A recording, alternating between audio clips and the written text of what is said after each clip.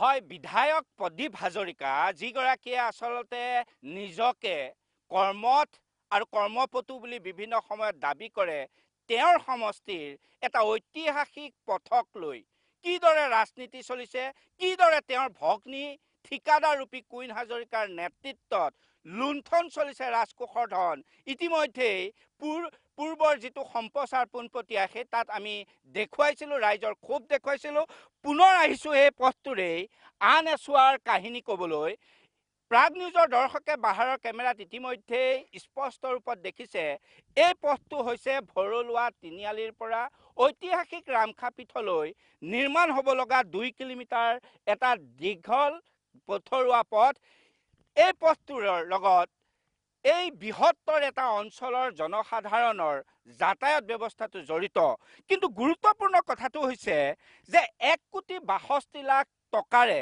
নিৰ্মাণ কৰিবলৈ অহা এই যিটো পথছোৱা এই পথছোৱা নিৰ্মাণত কিন্তু ঠিকাদাৰ কুইন হাজৰিকা মই পুনৰ কওঁ যে আমগুৰি সমষ্টিৰ সন্মানীয় বিধায়ক প্ৰদীপ হাজৰিকাৰ ভগ্নী কুইন হাজৰিকাৰ নেতৃত্বত কুইন হাজৰিকাই পোনপটীয়াভাৱে 1,62,00,000 টকাৰ সিংহভাগ কিদৰে লুণ্ঠন কৰিব পাৰি এটা ঐতিহাসিক পথক কেন্দ্ৰ কৰি এই তাৰ প্ৰতিযোগিতাত কিদৰে নিৰ্লজ্জভাৱে লাগিছে বা জড়িত হৈ পৰিছে এই ইয়াৰ ছবিখন বাহাৰৰ কেমেৰাত ইতিমধ্যে প্ৰাগ নিউজৰ দৰ্শকে দেখিছে এইটো এটা পথ এষ্টিমেট যি ধৰণে আছে 4 মিটাৰ বহল বা ইয়াত যেনেধৰণে মেটেল দিব লাগে চেণ্ড গ্ৰেভেলিং কৰিব লাগে কোনো ধৰণৰ এষ্টিমেটৰ নীতি নিৰ্দেশনাই যেন মানিবলৈ প্ৰস্তুত নহয় ককায়েক প্ৰদীপ হাজৰিকাৰ ৰাজনৈতিক ক্ষমতাত দপদপাই থকা বা এই যি গোটেই মাষ্টাৰ মাইণ্ডটো এই পথটোৰ কেলেংকাৰী বা অন্যান্য আমগুৰি সমষ্টিৰ বিভিন্ন পথ নিৰ্মাণকে বা উন্নয়নমূলক কাম কাজত দুৰ্নীতিৰ মাষ্টাৰ মাইণ্ড কুইন হাজৰিকাৰ এইদৰে আচলতে চলাইছে লুণ্ঠন মই প্ৰতিক্ৰিয়া জানিবলৈ আগবাঢ়ি মই বাহাৰক অনুৰোধ কৰিছোঁ ৰাইজৰ ওচৰলৈ আহিবলৈ ৰাইজ প্ৰতিবাদমুখৰ কিয়নো দীৰ্ঘদিনে এই পথছোৱা নিৰ্মাণৰ দাবী ৰাইজে কৰি আহিছিলে তাৰ ভিত্তিতে অসমৰ চৰকাৰে এই পথটো নিৰ্মাণ কৰিবলৈ দিছে ৰামখাপীঠ কালিকা পুৰাণতে আছে যে অন্যতম তন্ত্ৰপীঠ কামাখ্যাৰ পিছতে যাৰ স্থান এই পথছোৱা নিৰ্মাণতো বিধায়ক প্ৰদীপ হাজৰিকাৰ ভগ্নী লুণ্ঠন কি ক'ব হয় আমি জয় জয়তে প্ৰাগ নিউজৰ পৰিয়াললৈ আমাৰ তৰফৰ পৰা অভিনন্দন জ্ঞাপন কৰিছোঁ এই অঞ্চলটোত আচলতে মিডিয়া সাধাৰণতে নাহেই আপোনালোক আহিলে অহাৰ কাৰণে আমি ধন্যবাদ জনাইছোঁ এতিয়া কথা হ'লে ৰাস্তাটো আচলতে বহুদিনৰ আগতে হ'ব লাগিছিল নহ'ল এতিয়া শেহতীয়াকৈ ৰাস্তাটো বনাবলৈ লৈছে আমি ভাবিছোঁ এইটো যিহেতু আমাৰ কেইবাখনো গাঁৱৰ ৰাইজ ইফালে অহা যোৱা কৰে ইফালে আমাৰ ঐতিহাসিক স্থান দুটা আছে ইফালে দৰগাহ আছে ইফালে আমাৰ ৰামখাপীঠ আছে ইয়ালৈ অহা যাত্ৰীসকলৰ কাৰণে বিশেষকৈ ৰাস্তাটো আমাৰ যথেষ্ট মজবুতকৈ বনাব লাগে কিন্তু আমি দেখিবলৈ পাইছোঁ ৰাস্তাটো যিমান মজবুত হ'ব লাগে তেনেকুৱা হোৱা নাই আৰু আমি আশা ৰাখিছোঁ যে এই ৰাস্তাটো অন্ততঃ ইয়াতকৈ কিছু ওখ হ'ব লাগিছিল এই ছাইডকেইটা বনাব লাগিছিল বনাই সুন্দৰকৈ যাতে আমাৰ গাড়ী ঘোঁৰা গ'লে বহি নাযায় যিহেতু পথাৰৰ ৰাস্তা সাধাৰণতে বাৰিষা গাড়ী ঘোঁৰা আহিলে বহি যায় গতিকে আমি তেনেকৈ এটা ৰাস্তা হোৱাৰ কথা ভাবিছিলোঁ কিন্তু এতিয়া যিটো দেখিছোঁ ৰাস্তা আচলতে পাল মৰা নিচিনা এটা কাম হৈছে কোনে বনাইছে বিশেষকৈ কুইন হাজৰিকাই বনাইছে বুলি আমি গম প্ৰদীপ হাজৰিকাৰ ভগ্নী হয় প্ৰদীপ হাজৰিকাৰ ভগ্নী তেওঁতো ইয়াৰ MLA তেওঁ আচলতে ভগ্নীক নিৰ্দেশনা দিয়া নাই নেকি যে মোৰ সমষ্টিৰ ৰাস্তা মই সেই পথৰে যাওঁ সেই পথৰে নিৰ্বাচনী সভা কৰোঁ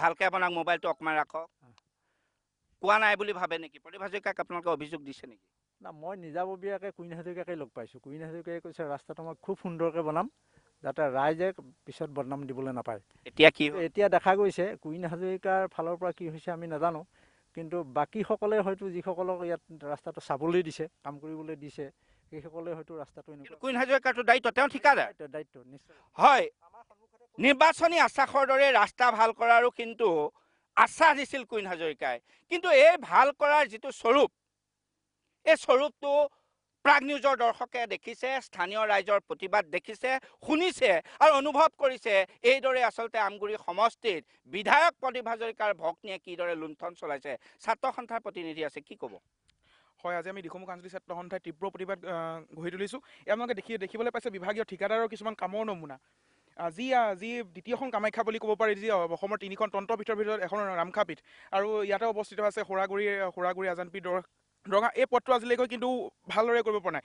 12 মাহত বিভিন্ন পৰ্যটক আহি আমাৰ ৰামখাপীঠেই হওক বা সৌৰাগুৰি চাপৰি যি আজানপীৰ দৰগাহ দৰ্শন কৰে, কিন্তু আজিলৈকে এই পথটো কাম সম্পূৰ্ণ কৰা নাই। আৰু আমি আটাইতকৈ লজ্জিত বিষয় যে ইয়াত আহিছে, কিন্তু এনেকৈ কাম চাবলৈ আহিলে কিন্তু ইয়াত এঘৰ মানুহতে হওক বা কোনোবা এডোখৰত গোট খাই লৈ অকল কেৱল ৰাজনৈতিক কিছুমান চিন্তা চৰ্চা কৰে। সেইবাবে আমি অত্যাধিক লজ্জাজনক পৰি হৈছোঁ। মানে ভগৱানৰ ঘৰলৈ অহা পথটোৰ টকাও খায় নেকি? হয়, ইয়াত আপোনালোকে দেখিবলৈ পাইছে যে ইমান খোপা কোটি টকা অহাৰ পিছতো কিন্তু কামৰ নমুনা আপোনালোকে চাওক। কি কৰিব এতিয়া আপোনালোকে ছাত্ৰ সন্থাই? আমিতো তীব্ৰ প্ৰতিবাদ গঢ়ি তুলিছোঁ এতিয়া। আৰু ক'ৰবাত আপোনালোকে অভিযোগ দিছে? হয়, আমি আৰু 2 দিনমানৰ আগতে এটা অভিযোগ গঢ়ি তোলা হৈছিল, আৰু এনেকৈ মিডিয়া আহিছিল। আমি তেওঁলোকৰ আগতো আমি আমাৰ নিজৰ যি খুব গড়কাপ্তানী মন্ত্ৰী হওক, মুখ্যমন্ত্ৰী হওক, তেওঁলোকক আপোনালোকে কি? তেওঁলোকক আমি অনুৰোধ পত্ৰ দিম, আৰু আমি বিধায়ক আমি প্ৰদীপ হাজৰিকাক অনুৰোধ কৰিছোঁ যে নিজৰ ভগ্নীৰ যি কৰ্মখিনি অকণমান তেওঁলোকে ভাল গুৰুত্ব দিয়ক। হয়, ককায়েকৰ ৰাজনৈতিক ক্ষমতাৰে উভুত গড়ে আচলতে নাচিছে নেকি কুইন হাজৰিকা? এই প্ৰশ্নটো ৰাইজৰ মাজত আছে। মই জিতু, কি ক'ব এই সম্পৰ্কত? একচুৱেলি ভৈৰৱ দা, আমি লজ্জিত হয়। আমি ভাবিছিলোঁ যে ইয়াত আমি ৰাজনীতি কৰিব বিচৰা নাই। ইয়াত আমি আগৰ দিনতে আমিও এটা দলত জড়িত হৈ আছিলোঁ। আগতে এই ৰাস্তাটো নাছিলে, এইটো পঞ্চায়ত লেভেলত এই ৰাস্তাটো 3বাৰ বনিলে, জিলা পৰিষদতো অলপ শিল পেলাই দিলে। আমি ভাবিছিলোঁ যে 1,62,00,000 টকাই ঐতিহাসিক যিখন আপোনাৰ সমন্বয় ক্ষেত্ৰ, আজানপীৰ আৰু শংকৰৰ যিটো সমন্বয় ক্ষেত্ৰ বুলি কোৱা হয়, সেই সমন্বয় ক্ষেত্ৰতে অৱস্থিত শ্ৰী ৰামখাপীঠ দেৱালয়লৈ অহা যিটো অসম দৰ্শনৰ পথ, মুখ্যমন্ত্ৰী সপোনৰ যিটো পথ, বিত্তমন্ত্ৰীয়ে যিদৰে ফাণ্ডটো দিছে, ভাবিছোঁ কামটো খুব সুন্দৰদৰে হ'ব লাগে। আৰু আমিও ভাল পাইছিলোঁ যে কামটো আমি শুনিছোঁ যে এইটো আমাৰ সন্মানীয় আমগুৰি সমষ্টিৰ বিধায়ক মহোদয়ৰ ভগ্নীয়ে কৰিছে। ভাবিছোঁ যে ভগ্নীয়ে যেতিয়া কামটো কৰিছে আৰু সুন্দৰ হ'ব। কিন্তু এতিয়া চাওক, আপুনি ছাইড বামবোৰ দেখিলে বেয়া লাগে। আমি যদি এই কথাখিনি ক'বলৈ হয় যে আমি ৰাজনীতি কৰা বুলি কৈ দিব। আমাৰ বিনম্ৰ অনুৰোধ, এতিয়া যিটো হৈ গ'ল। এতিয়া আমাৰ অনুৰোধ যে এই বিভাগীয় কেইজনমান মানুহ আছে, সেই মানুহকেইজনক মেনেজ কৰিলে নহ'ব। ইয়াৰ কোনো ছাইডত জেই নাহে, কোনো SDO নাহে, ইঞ্জিনিয়াৰটো দূৰৈৰ কথা। আৰু তেওঁলোকে কৈছে যে আমাৰ মুখৰ মাত নাই। সেইটো কেনেকুৱা লজ্জাজনক কথা।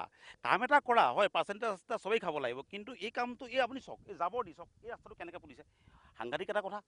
আপুনি মেটেল দিব লাগে 4 ইঞ্চি, তাত 6 ইঞ্চি গ্ৰেভেল হ'ব লাগে। এই এপ'জ দুটা ৰামখাপীঠ এইফালৰ পৰা যোৱা এপ'জ দুটা, সেইটো আপোনাৰ 200 মিটাৰ আছে। আৰু তেওঁলোকৰ যদি সৎ সাহস আছে, মই কৈছোঁ যে ডিপাৰ্টমেণ্টৰ আৰু যদি ঠিকাদাৰৰ সৎ সাহস আছে, তেওঁলোকে এখন ফ্লক লগাই দিয়ক, ৰাস্তাটো কেনেকৈ বনিব। ৰাস্তাটো এই ভৰুলা বনামঘৰৰ কিনাৰত যিটো অৱস্থা, কোনো ধৰণৰ ফলক নাই, একো নাই। মানে এই লুণ্ঠনৰ কাৰণেই। নহয়, ফ্লক কেতিয়া লগাব? আপোনাৰ যিটো আমাৰ মুখ্যমন্ত্ৰীৰ সপোনৰ যিটো প্ৰজেক্ট, ছিগনেচাৰ ফাণ্ডৰ পৰা যিটো দিখৌমুখ যিটো ৰাস্তা বনাইছে গৰিসাগৰৰ পৰা, তাতে আপুনি কেনেকৈ ৰাস্তাটো হ'ব লাগে, কোনো ফ্লক নাই। সেইটো এটা লুণ্ঠন চলি আছে। আপোনালোকে আগতে নিউজ কৰিছে, তাত কেইবাবাৰো নিউজ কৰিছে, আপুনি ব্যক্তিগতভাৱেও লিখিছে। আজি এইটোত এখন ফ্লক লগাব লাগে। সাধাৰণ মানুহেতো জানিব লাগে। আজিকালি প্ৰায় ল'ৰা ছোৱালী শিক্ষিত, কি হ'ব কি কথা জানিব লাগিব। ৰাইজে জনাৰ কাৰণেতো ফ্লকখন লগাই দিয়েতো। মানে গোটেই লুণ্ঠনৰ কাৰণে আচলতে গোটেই কামটো হৈছে। মই এগৰাকী মহিলাৰ ওচৰলৈ আহিছোঁ, তেওঁৰ পৰা মই জানিব বিচাৰিম ৰাস্তাটো আচলতে কেনেকুৱা হ'ব লাগিছিল আৰু কেনেকুৱা হ'ল। হয়, আপোনালোকে দেখিছেই ৰাস্তাটো যিটো পৰ্যায়ত হ'ব লাগিছিলে সেইটো পৰ্যায়ত নাই অহা। এইটো যিটো শ্ল'পিঙত মাটি পেলাব লাগিছিলে, সেই শ্ল'পিংটোত মাটি পেলোৱা নাই। গতিকে যিয়ে নকৰক, এইটো আমাৰ ৰাজহুৱা সম্পদ। যোনেই কামটো নকৰক, আমাৰ কামটো ভাল লাগে। মানে কামটো ভাল নকৰিলে, কামটো ভাল হোৱা নাই। হয়, এইদৰে আচলতে ৰাইজৰ অভিযোগ ক্ষোভ যে দীৰ্ঘদিনে যিটো পথৰ দাবী তেওঁলোকে কৰি আহিছিলে, যিটো পথক লৈ পেলাই অসমৰ মুখ্যমন্ত্ৰী বিত্তমন্ত্ৰীয়ে এক আত্মীয়তাৰে আচলতে পথটোৰ পুঁজি দিছিলে, 1,62,00,000 প্ৰায়। এই ধনটো এই ৰাইজৰ আৰু ঐতিহাসিক ৰামখাপীঠেই কওক বা আজানপীৰ দৰগাহেই কওক, এই পথছোৱাৰ জৰিয়তে যাতে এই সামগ্ৰিকভাৱে যাতায়াত ব্যৱস্থাটো উন্নত হয়, তাৰ কাৰণে সহৃদয়তাৰে আচলতে অসমৰ মুখ্যমন্ত্ৰী, অসমৰ বিত্তমন্ত্ৰীয়ে পুঁজি দিছিল। দুৰ্ভাগ্যজনকভাৱে এই অঞ্চলৰ ঐতিহাসিক দিখৌমুখৰ ৰাইজেও বিচাৰিছিল যে স্থানীয় বিধায়কগৰাকীৰ ভগ্নীয়ে যিহেতু ঠিকাদাৰী, গতিকে এই কামটো ভাল হ'ব। কিন্তু স্বৰূপ কিদৰে আচলতে ভগৱানৰ ঘৰলৈ অহা পথৰ ধনু প্ৰদীপ হাজৰিকাৰ ভগ্নী কুইন হাজৰিকাই খাই নিজকে দুৰ্নীতিৰ কুইন হিচাপে প্ৰতিষ্ঠা কৰিছে, প্ৰাগ নিউজৰ কেমেৰাত ইতিমধ্যে স্পষ্ট হৈছে। ৰাইজৰ অভিযোগ, ৰাইজৰ ক্ষোভত স্পষ্ট হৈছে। আমি পুনৰ আহিম। প্ৰদীপ হাজৰিকাৰ ভগ্নী কুইন হাজৰিকা গড়কাপ্তানী বিভাগৰ কাৰ্যবাহী অভিযন্তা, শিৱসাগৰ জিলা উপায়ুক্ত লক্ষ্মীনন্দন গগৈ, বিত্তমন্ত্ৰী হিমন্ত বিশ্ব শৰ্মা ডাঙৰীয়া, আমি আকৌ আহিম, প্ৰাগ নিউজে উন্মোচন কৰিম কিদৰে ৰাজকোষৰ ধন বিধায়কৰ ভগ্নীৰ পৃষ্ঠপোষকতাত গোগ্ৰাসে গিলা হৈছে। হয়।